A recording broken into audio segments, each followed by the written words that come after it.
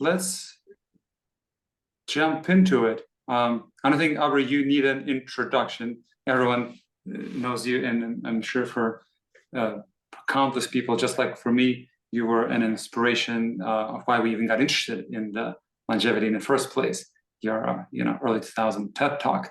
But today we're here to talk about the Dublin Longevity Declaration, and be curious to hear your thoughts on why it's important and what people should do and could do to help advance the longevity. Right, the Dublin Longevity Declaration, as you wrote in it, the objective is to lay to rest the opinion that aging, and along with all of its negatives, are unworthy of serious recognition and support, and has been signed by so many scientists. So let's see what else we should be doing.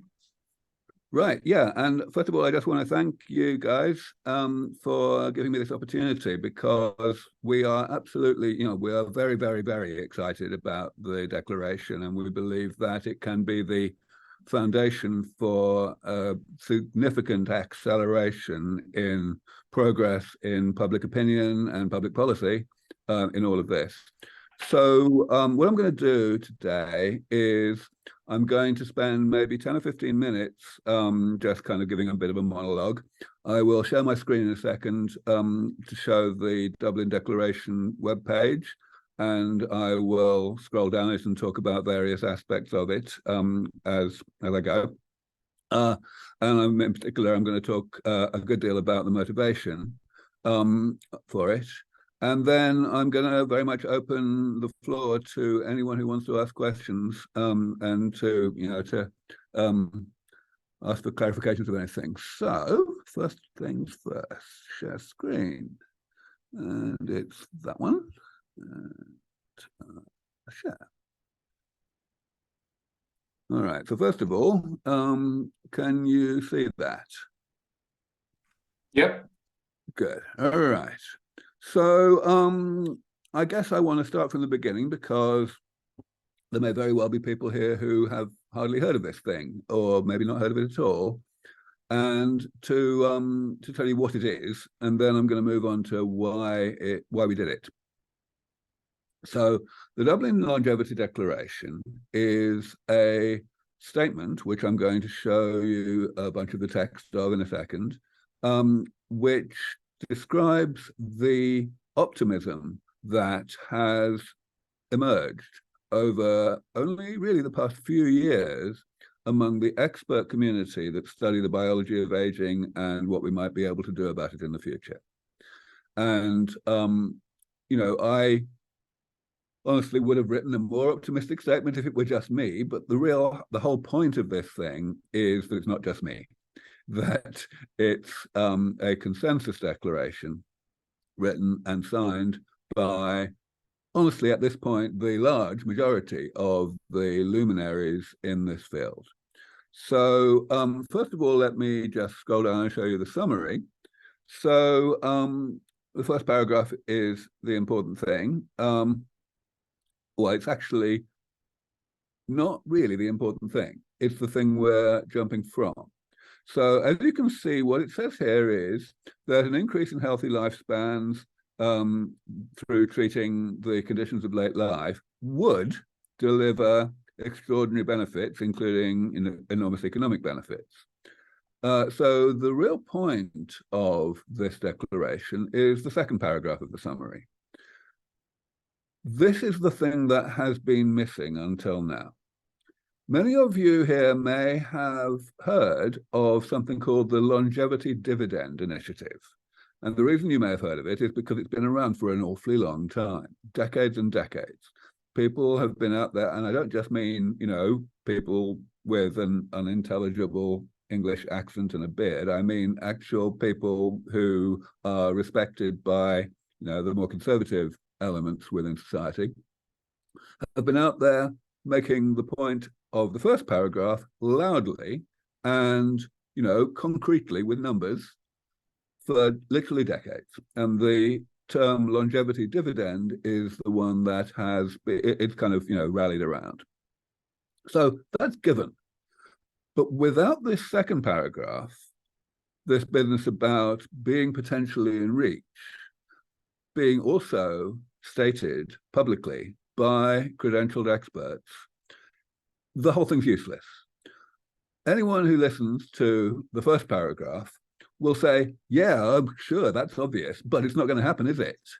And until experts start saying, actually, it is going to happen with high probability in a relatively foreseeable time frame, then, that's a rather, dispositive, definitive hole in the whole argument. People that the audience that matters, fundamentally, is the audience that write checks, or at least the audience that authorizes the writing of checks, and I mean big checks. And they know that scientists always want to receive big checks. So they are familiar with experts trying to pull the wool over their eyes. And when they hear people saying, you'd save all these trillions of dollars even if we only postponed the health problems of late life by a few years, therefore, please give us a few $1 billion, they'll say, yeah, is that going to actually deliver? And they hear the deafening silence from the experts that has existed for a very long time. In fact, a very, very long time.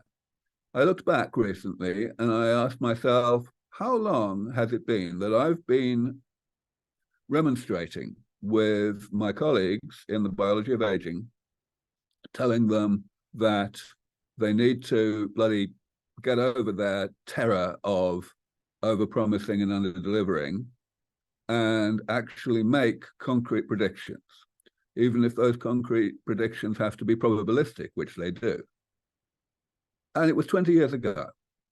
The very first conference that I ran back in Cambridge, England, in 2003, had a session on this kind of thing, during which I myself gave a short talk, which translated into a short paper that I published in the proceedings of the conference. And its title, if I remember rightly, was something like Biogerontologist's Duty to Discuss Timeframes Publicly. Now, at the conference, during the Q&A of my talk, it was pretty clear that I wasn't really being heard by the people that I was trying to convince. But I did not expect that I would continue not to be heard for quite as long as it turned out to be. About 10 years ago, a really awesome member of our community, Felipe Sierra, who was at that time running the division of aging biology at the National Institute on Aging, came to a private meeting of about 30 of us experts in the field that was organized in Washington, D.C. And he said, I'd like to put myself out of a job. That's the way he put it at the time. What he meant was he wanted to create something which ended up being called the Geroscience Interests Group.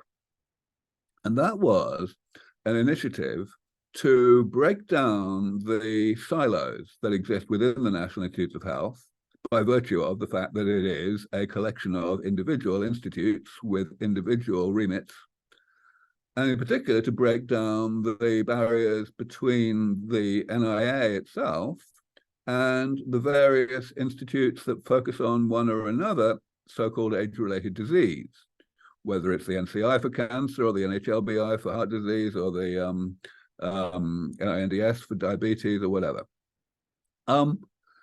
And the concrete outcome that he was looking for was joint RFAs. So an RFA, a request for applications, is something that NIH puts out all the time. And they, obviously they ask investigators to tell them what they'd like to do, and they organize study sections to evaluate them. But these RFAs are almost invariably put out by an individual institute.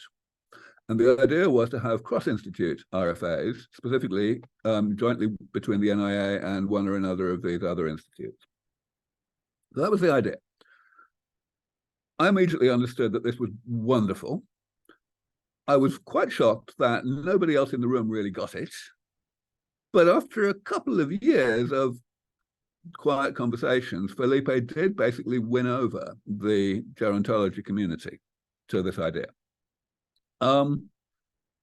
However, it was still dead on arrival, because the next requirement was to get the money for it allocated.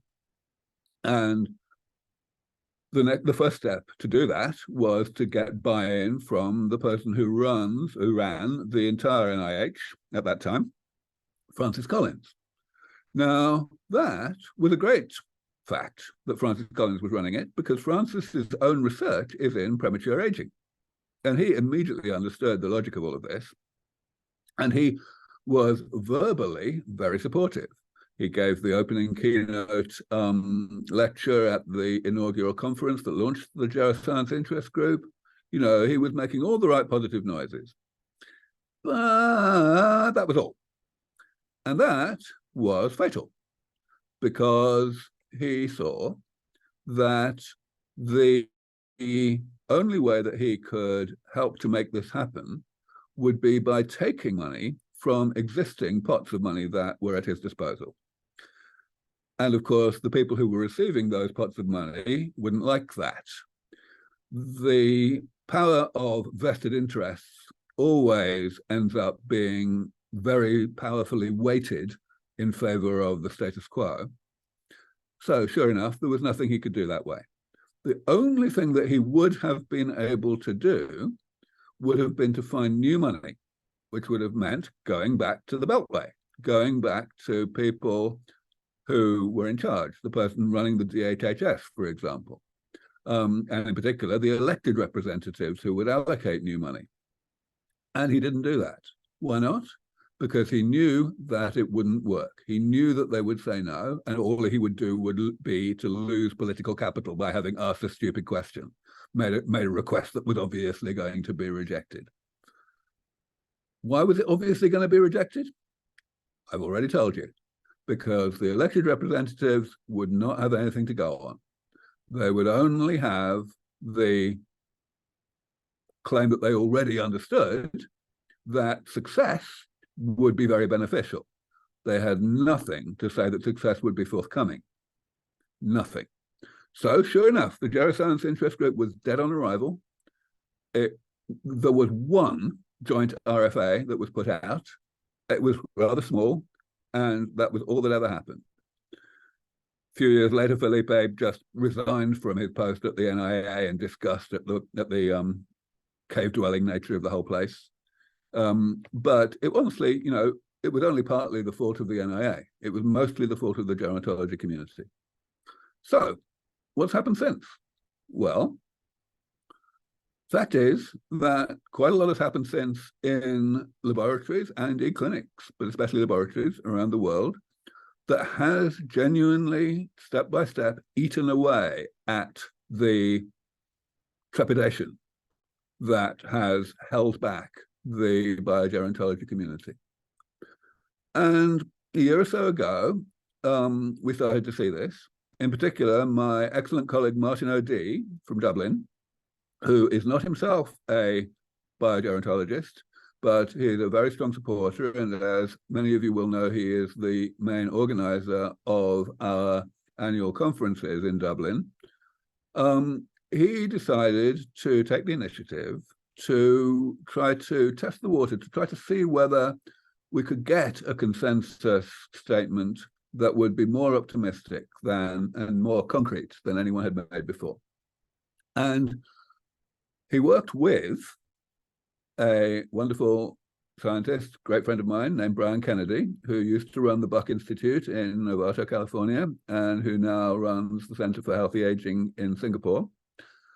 Brian is an ardent longevist. He absolutely does not believe in and does not want aging to exist, wants to fix it, and he's also a great scientist. And he is very, very well respected, even by people who don't respect me.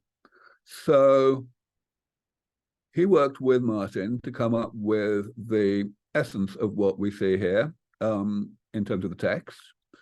He, knowing the community as well as he does, as well as I do, he was very skillful in crafting language that was optimistic but not too optimistic, such that there would be some curmudgeons out there in the community who would refuse to sign because they thought it was too optimistic or whatever, but that most people would sign. And he got it exactly right.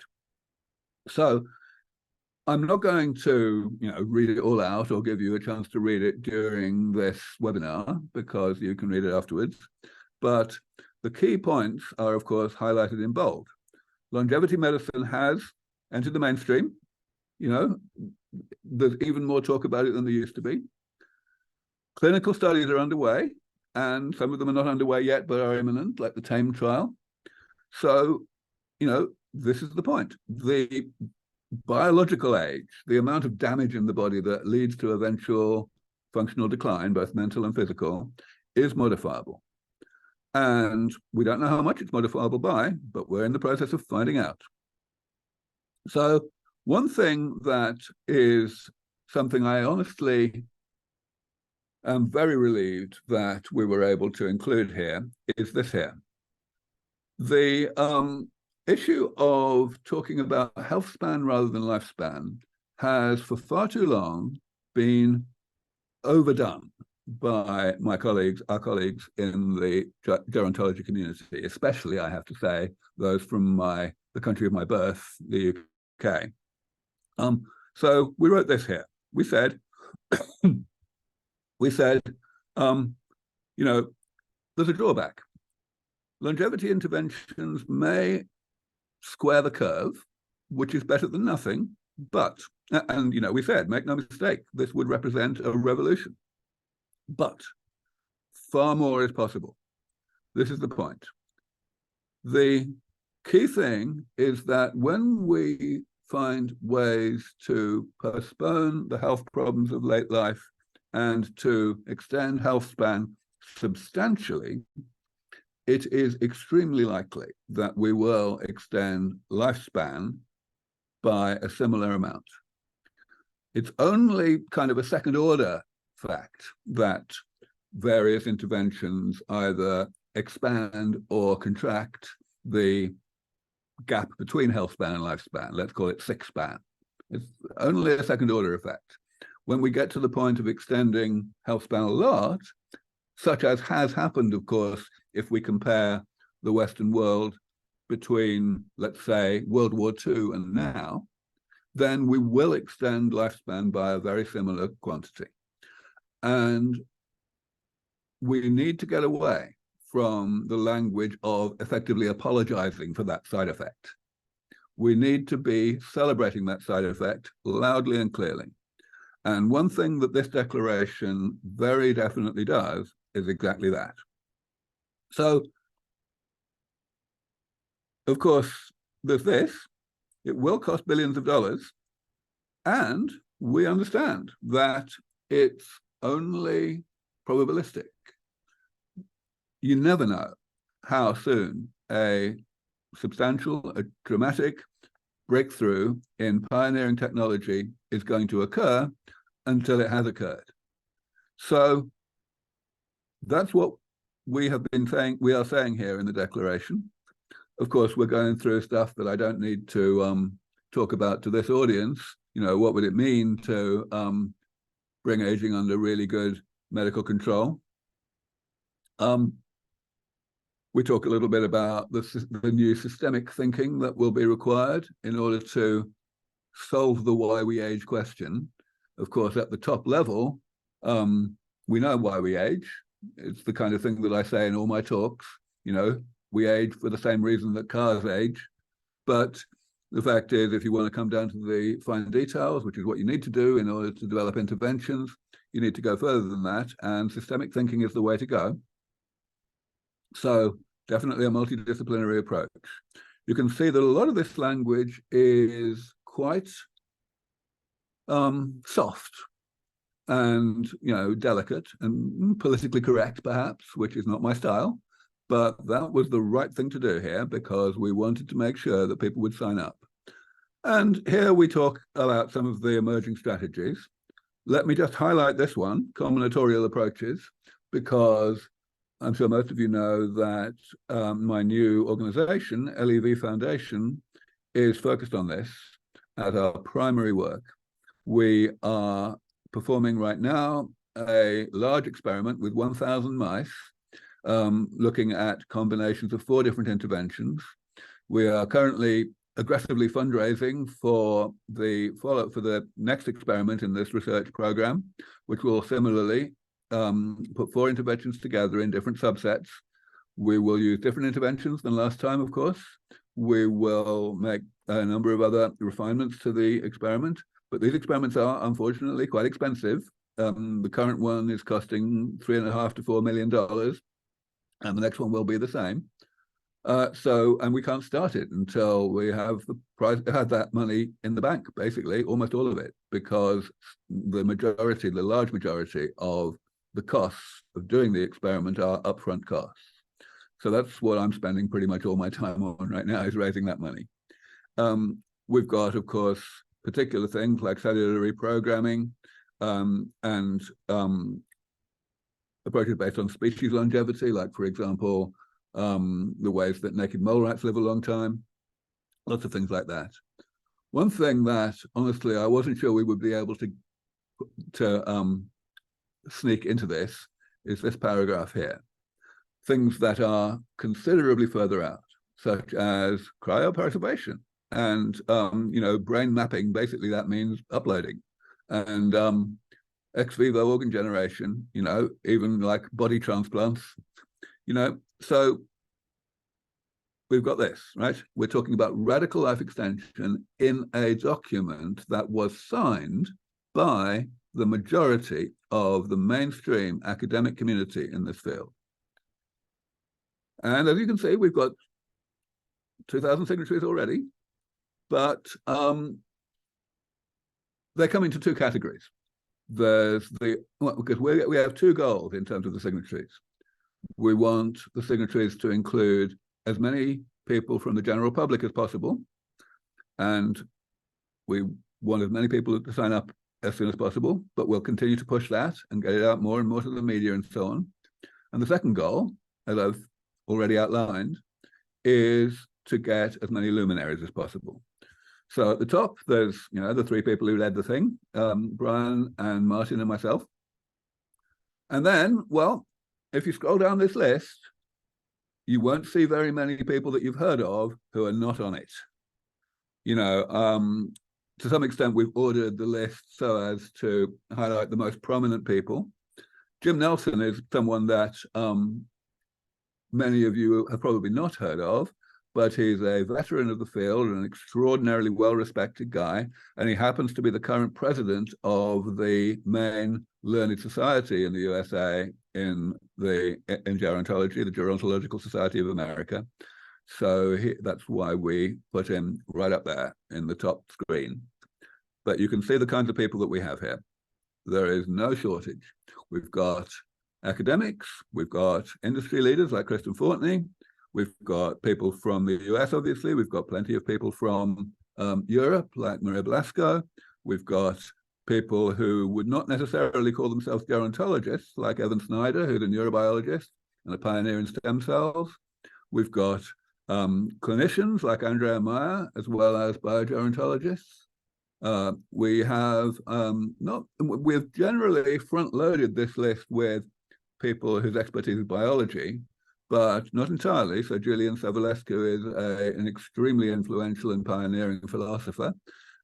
We've also got people who are playing a part in the movement by throwing their money at it. Michael Grieve, as many of you know, is a major funder of this field, both philanthropically and as an investor. Then we've got people who are lay people, but who are making a huge difference just by going out there and fearlessly, challenging people to challenge them and tell them that they are wasting their money. Brian Johnson is, of course, well known to everyone here, I suspect. One person that I want to highlight and who you will be hearing a great deal about over the next little while is Jamie Justice. Jamie has worked in gerontology for quite a while, both as a biologist and as a clinician, an organizer of clinical trials. and she has very recently joined the XPRIZE Foundation to oversee a new prize for aging, which is being launched about 2 weeks from now in Saudi Arabia, because its number one funder is the very important organization Evolution, but they have quite a few funders. And it's called, again, for slightly politically correct reasons, it's called XPRIZE Health Span. But as you will see when you see the structure of the prize and its rules, it's very, very clearly a rejuvenation prize. That's no surprise, because I led the scientific advisory side of its design for a couple of years, a few years ago. It was in a bit of stasis for basically most of the lockdown, simply because the prize can't get going until you have the prize pot committed. But that has happened over the past 6 months, especially. The remaining money was brought in by Peter Diamandis. So the XPRIZE for Health Span is going to be really transformative. Just an hour ago, I was on a scientific advisory board call about that prize, and I'm honestly overjoyed at how many of my extremely prominent colleagues have also joined that scientific advisory board and are contributing their enormous expertise, which of course very much complements my own, in making this prize a success. It's going to be enormous. I could carry on down this list, but I won't, because the fact is, you can do it yourself, and you will recognize many, many of these names. But the main thing is, I want you guys to sign up. So I think I'll stop there and open the floor for questions. Thanks, Aubrey. It's a privilege to actually have you walk us through the declaration. I have some questions I can start with, and we'll see if anyone wants to ask additional questions. But high level, right? If you could wave a magic wand and have something happen with this declaration, is it getting more signups? Is it getting 1 million signups? Is it getting in front of politicians? What would be the kind of aspirational goal for this? I could give half a dozen answers to that question, but let me just give what I regard as the most important one. The most important audience of this declaration is policymakers, especially elected ones. And the reason for that is because those are the people who write the biggest checks and who also make the changes to legislation that will alter the incentive structure for other people who write checks, especially the medical industry. The key thing here, that's really why I emphasize these two goals: to have as many luminaries as possible and to have as many members of the general public as possible. Essentially, what we want to do here is to convince those people, number one, that the gaping hole in the longevity dividend argument no longer exists, that there is sufficient progress now in this field that luminaries are willing to come out publicly and endorse a statement of genuine optimism. And number two, that there are votes in it, that this is something that will not be seen as a waste of taxpayers' money. So honestly, I do not have a good sense of I do have a good sense of how many of the first category is needed. I think we already have that. I want more. Absolutely. We are working hard to get Nobel laureates on here. It doesn't need to be just gerontologists. We want to get that list to be as mind-blowing as possible. But I believe that the area where we have the most work to do is to increase the total number of signatories. At this point, 2,000 isn't going to change anybody's minds. I'm not even sure that 20,000 will change all that many people's minds. About 6 or 9 months ago, the AI community put out something that bears some similarity to this. Some of you may have come across it, a call for a moratorium, a 6-month moratorium on AI research, so as to take a breathing space to figure out how to do it safely. Now, that was a very interesting idea, but it was kind of a bit of a damp squib in one way. Namely, it was focused on this call to action, this one specific call to action. And of course, the call to action was ignored, as it was certain to be. And so, they kind of shot their bolt, right? We didn't want to do that. So this declaration does not actually have a specific call to action like that. Instead, the idea is for it to be a substrate for other calls to action going forward, so that it will have greater longevity, not, excuse the pun, than the AI moratorium one did. Yeah, so that's the goal. We want as many signups as possible. And it's going to be, it's going to be a slow burn, perhaps. We're going to get increasingly more and more, I hope, webinars like this, and then webinars with an extra digit on their audience, and then another digit. Of course, other media exposure. And step by step, the people who are, as I say, our main audience, the elected representatives around the world, though especially in the US, I guess, will start to listen. Is it too early, you'd say, to encourage people to forward this and put it in front of their policymakers, your, local senators, congressmen? It doesn't have enough. So I don't regard myself as an expert in the area of how to influence politicians. So I don't want people to take my answer to your question as definitive. But I'll give an answer anyway, which is, I don't think it's too early, no. I do think it's too early to expect politicians to pay any attention, but that's fine, because it'll still be in the back of their minds when they hear about it the next time and the time after that. So I would absolutely say it's not too early. Perfect. And then as far as, and last question for me, and then we'll see what's in the queue, but as far as amount of money needed, right? I've heard you before talk about something that actually was surprisingly not huge. Maybe you can talk about that as well. Yeah, so remember, I'm a PhD, not an MD, which means I work on the early stages of the crusade. I support and oversee and attract money for the proof of concept work in cell culture and then in mice that motivates people, that de-risks particular rejuvenation technologies to a point where other people are in a position to take the next step and the next step after that. So I have no ambition whatsoever to oversee clinical trials myself. But the word de-risking is the operative word here. It has been very clear, not only in the biology of aging, but in the whole of the medical profession, that the earliest stages of technological advancement are, by some distance, the most difficult to fund, even though they are the least expensive.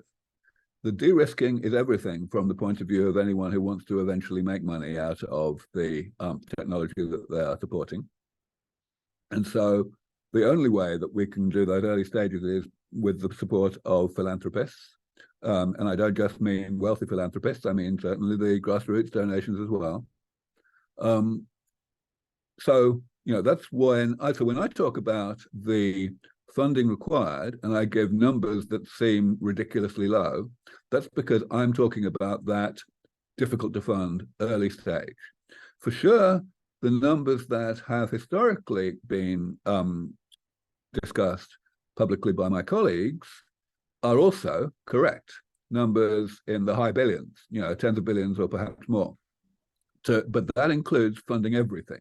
That includes funding all the way through phase 3 clinical trials for a lot of different treatments. Some of these trials will be longer and or larger in terms of participants than your typical phase 3 trial. So that means they'll be more expensive. Of course, the rollout of really comprehensive, effective rejuvenation technologies will involve a great deal more than just clinical trials. It will involve a huge amount of follow-up after approval of things. It will involve the creation of a lot of infrastructure. It will involve the training of a lot more medical personnel to administer these things to people who at the moment just, don't get these therapies because they don't exist. So, yeah, there are two very different answers to the question of how much this is going to cost. But even on like the tens of billions is also not egregiously crazy number in today's world. On the contrary, it's a tiny, tiny drop in the ocean compared to how much is going to be saved. Of course, the saving of money comes from a variety of sources.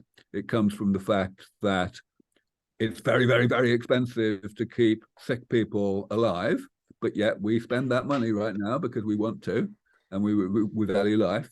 And also from the knock-on effects, the fact that people who are not yet sick are still contributing wealth to society, whether in gainful employment or in other ways.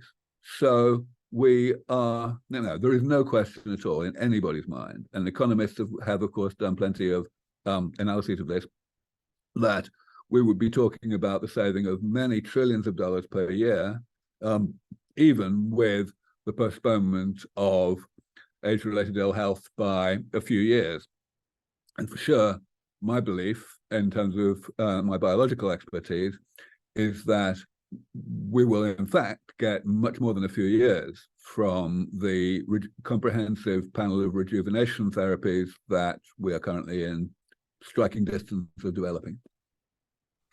Makes sense. Let me run through some of the questions that came through Q&A. I don't know, Aubrey, if you can see them, but Christopher asked, oh yeah, so Christopher asked, for example, why does the longevity field go so slow, and how can we speed things up? Yeah, I think actually, there are, of course, plenty of reasons. One reason is it's actually quite difficult technologically.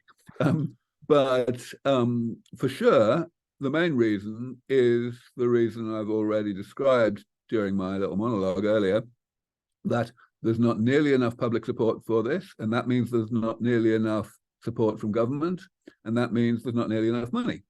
The amount of time that people who get most of their money from government grants have to spend just writing grant applications that get turned down, it's criminal. It's utterly criminal. I want to give a shout, well, I might as well give a shout out right now to a brilliant initiative called Impetus, which was put together a year or two ago now, run by the excellent Lada Nuzna, and which gives out money very quickly, and it asks for very short grant applications. And that's amazing. But they've got hardly any money to give out. They are funded entirely by philanthropy. They got a bit of money from Hevolution this past time, but at the end of the day, their last call for applications, Christ knows what factor it was oversubscribed by, but they had $10 million to give out. 10 million, not 10 billion, 10 million. It's unspeakable. Giving them $1 billion, just 100 times more than they had this time, that would be such a tiny drop in the ocean.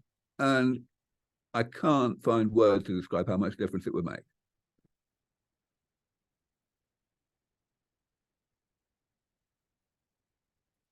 So Sajjad asks about the xprite health span. I can say a little bit more about it. Of course, I have to be a little bit circumspect because I don't want to steal the thunder of the foundation, and it's only 2 weeks before you learn a lot more.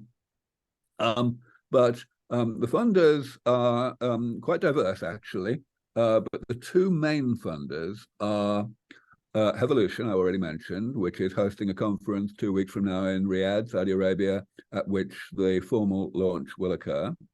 And the other major funder who's putting in nearly as much, actually, is a guy named Chip Wilson, the founder of Lululemon. He is a good friend of Peter Diamandis and the XPRIZE Foundation, and committed some time ago to putting a good deal of money into this XPRIZE. Actually, his involvement has influenced the design of the prize somewhat. There will be a kind of bonus prize of $10 million attached to it, which is specifically for a muscle wasting condition, a type of muscular dystrophy called FSHD, which Chip happens to be a sufferer from. So that you'll come across you'll know a lot more about FSHD soon than you currently do, I suspect. But yes, the total amount for the prize is $101 million. Of course, it's structured in a variety of different ways. I don't want to talk about the types of projects or therapies that are being looked at, because that's really the meat of the news, and that would be stealing their thunder. But suffice to say, it is very much a rejuvenation prize. What can we hope to see come out of it? Well, honestly, I've been working with Peter Diamandis on the idea of a Longevity X Prize for 15 years. And, it never got anywhere.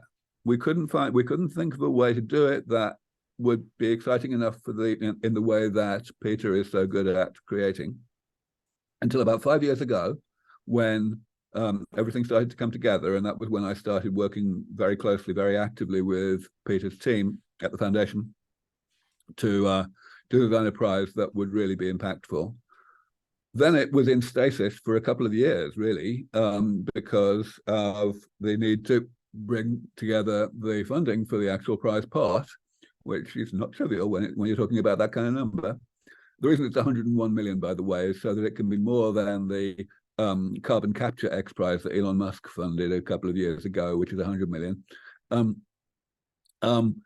yes, the more that things progress, the more excited I am.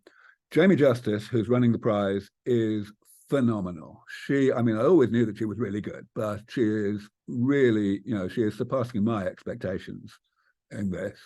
And the number of really prominent luminaries in the field who have come in and are giving their time as advisors at every level, whether it's on the biology, whether it's on the clinical trial design and so on, So the more I look at this, the more I believe that the impact will be even bigger than I was originally thinking. Essentially, a huge amount of it is going to be in the same direction as the Dublin Declaration. Namely, it's going to demonstrate to the world that it's no longer possible to be skeptical about this field. It's no longer justified because the people who actually know what they're talking about are no longer skeptical. The more that gets shoved down people's throats, the faster this crusade will move. Is there a timeline to the X Prize? Oh, yes, there's always a timeline for these prizes. And of course, that's sometimes subject to modification. But a huge part of the magic formula that Peter has developed over the 20 years since he created the original X Prize for space tourism is precisely that, to kind of find a best of both worlds of achievability and audacity. So he normally says that the expected time frame for winning a prize should be between 5 and 8 years from the time that the prize is launched. Sometimes it's a little bit, that's a little bit soft, a little bit flexible, but that's the kind of thing that is normally discussed. And as for this prize, it's probably going to be on the towards the longer end of that range and maybe a little bit beyond it, but wait for 2 weeks. Perfect. Thanks, Aubrey. There's another question in the queue, but I don't know if it's something you want to address, but it's about critical issues with aging, such as insulin resistance, and how that's hurting, of course, the underlying life and shortening diseases. I don't know if you want to address that question at all. Yeah, sure. So, so it's completely correct. Insulin resistance and type 2 diabetes is a very big deal, and of course, an increasingly big deal in countries that are suffering a severe obesity epidemic, like the USA. And we have to do something about it. Now, of course, we should not underplay the progress that's already been made.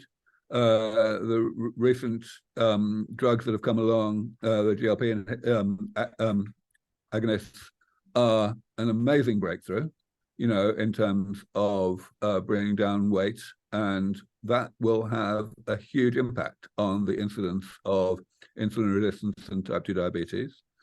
I should also point out the relevance of the TAME trial here. I guess many of the audience will have heard of the TAME trial, but it's a clinical trial proposed for looking at the impact of metformin on aging in general. on the broad spectrum of age-related health conditions.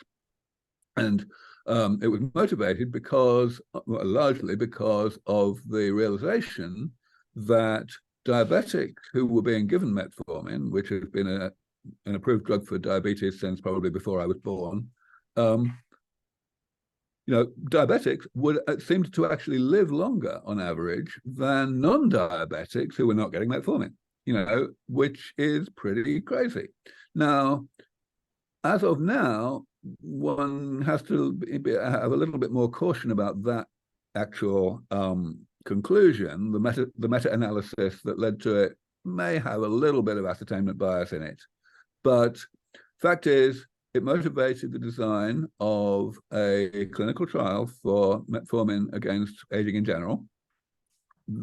There was a Herculean effort led by Nir Barzilai, along with a few other important luminaries in the field, to work with the FDA, the Food and Drug Administration in the US, to approve the trial, to approve the actual conducting of the trial. Essentially, the stumbling block that had to be overcome was the definition of the clinical endpoint. Any clinical trial needs a proper binary clinical endpoint that is robust enough that people can actually say yes or no whether it was met.